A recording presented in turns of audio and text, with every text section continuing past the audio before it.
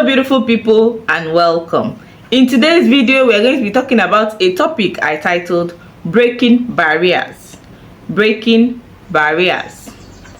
A barrier is a fence or other obstacles that restrict or obstruct someone's movement. On my way traveling one day, I was enjoying the view from my window. Then I saw a car on the other side of the road. It turns out that the road was blocked and the people that knew beforehand entered to our lane and continued their journey.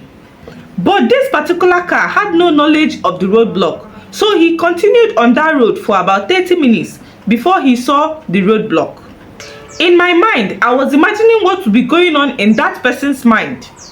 Having to drive back another 30 minutes before he can enter our lane, then driving for another 30 minutes to get to the place where he initially was. Whenever we come across barriers in life, it can be really frustrating. A lot of us immediately start finding ways to break free from it instead of spending time being angry about the barrier. Breaking barriers, therefore, is a means of overcoming obstacles. It could be social, personal, or physical in order to achieve progress. Breaking barriers differ in terms of the situation and the circumstances that surround it. For instance, in many offices, especially the corporate office, there is a level you will get to in terms of promotion that you can no longer move higher if you don't have the necessary educational qualifications that qualify you to attain that rank. If you sit down and do nothing, the chances are that you will remain in that your current rank for the rest of your service year. But when you go back to school and acquire the necessary educational qualification, you get promoted. Majority of the barriers we meet in life have solutions to it. All it takes is for you to do something about it. But to be fair, there are also barriers that you will face in life that despite your effort and hard work, you can't seem to cross that level. It seems like you are being tied down with a long and elastic rope that even if you run as fast as you can to cross the level, somehow it draws you back to your original position. I have seen people who work very hard under the sun and in the rain to make money. While others are sleeping, they are busy working, trying to grow above their current level. But once the money finally comes, something immediately comes up. It's either their child becomes sick, or their car engine becomes faulty, or the wind suddenly blows off the roof of their house. Something must come up to divert that money from lifting him up to solving problems.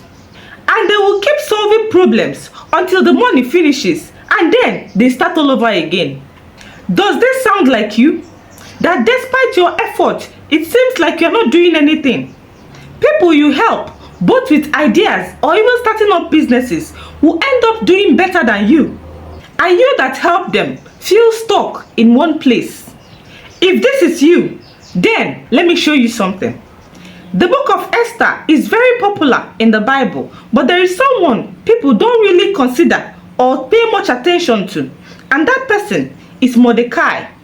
In Esther chapter 2, the Bible recorded a story that in the citadel of Susa, there was a Jew who was from the tribe of Benjamin named Mordecai.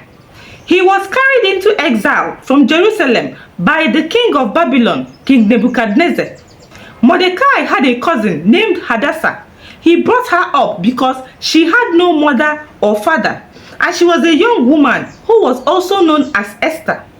Esther had a lovely figure and she was very beautiful. So, when the king's proclamation came that all the young girls who are virgins should present themselves, that the king wants to choose a queen, Esther was part of the girls brought into the citadel and was handed over to Hegai. While going there, Mordecai warned Esther not to reveal her nationality or family background to anybody, but to keep it a secret. So eventually, Esther found favor in the eyes of the king. The king was attracted to her and he made her the queen. Mordecai, however, was sitting at the king's gate because that was his job. He was a gate man. One would think that after Esther has finally become the queen, Mordecai will also be favored. But no, he remained at the king's gate. During the time Mordecai was sitting at the king's gate, two of the king's officers conspired to assassinate the king. But Mordecai found out the plot and told Queen Esther, who in turn reported to the king, giving credit to Mordecai. And when the report was investigated and found out to be true, the two officers were hanged on a pole. All these things were recorded in the book of the Chronicles in the presence of the king. However, after the event, the king honored Haman, giving him a seat of honor higher than all the other nobles. But nothing was done for Mordecai. He was still at the king's gate. While at the gate, Mordecai refused to kneel down and honor Haman because he was a Jew, and in their culture, you are only expected to kneel down for the Lord Almighty.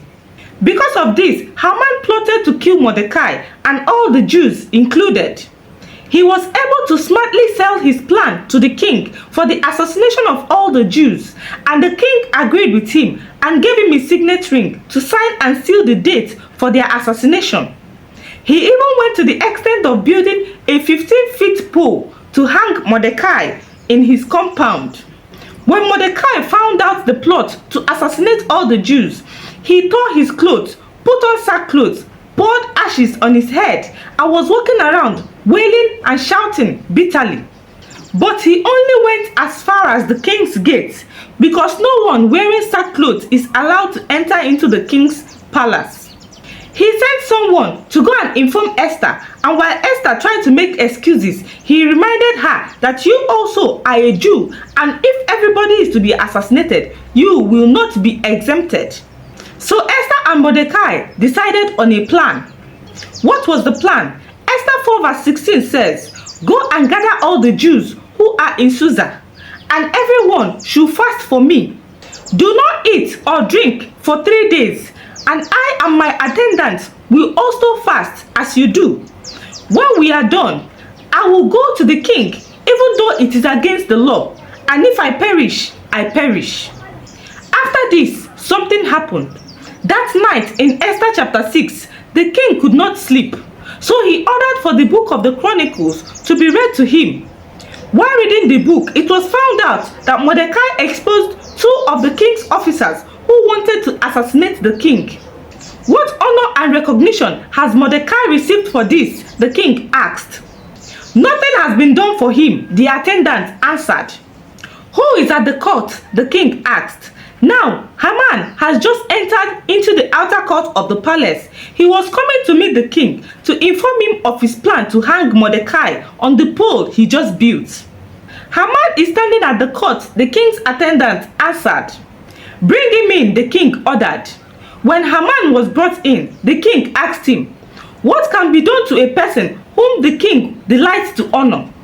Now Haman, thinking it was him that the king wanted to honor, said to the king, "For the man the king delights to honor, have them bring a royal robe the king has worn, and a horse the king has ridden, one with a royal crest placed on his head. Then let the robe and the horse be entrusted in the hands of one of the king's most noblest prince. Let that person robe the man the king delights to honor, and lead him on the king's horse through the city streets, proclaiming, 'This is what is done to a man which the king delights to honor.' Go at once," the king ordered.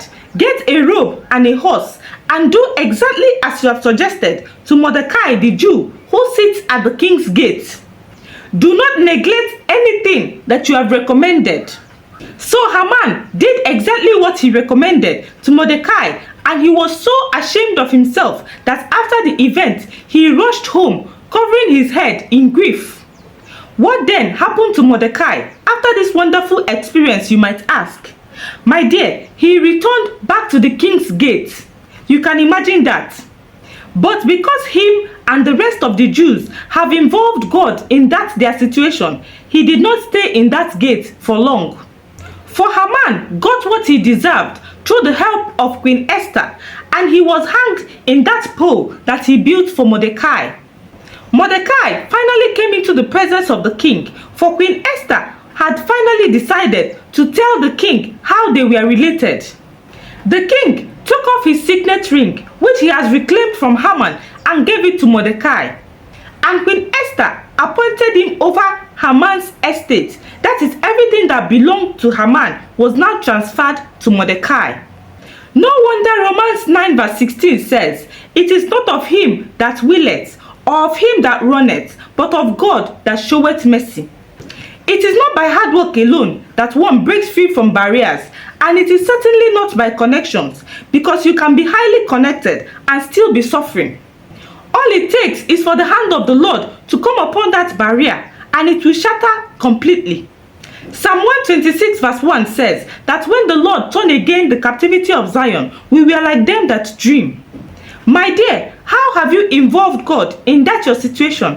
Or are you still hoping on your smartness and your connections? David said in 2 Samuel 24:24, "I will not give God what costs me nothing." For you to get the attention of God in that your situation, you have to offer a sacrifice. It can be the sacrifice of prayer and fasting, or giving, or the sacrifice of praise. You don't just relax and expect things to magically start working out for you. You continue to press in the presence of God until something happens. If you made it to the end of this video, kindly like, share and subscribe for more videos. Thank you so much for watching, and have a blessed day. Bye.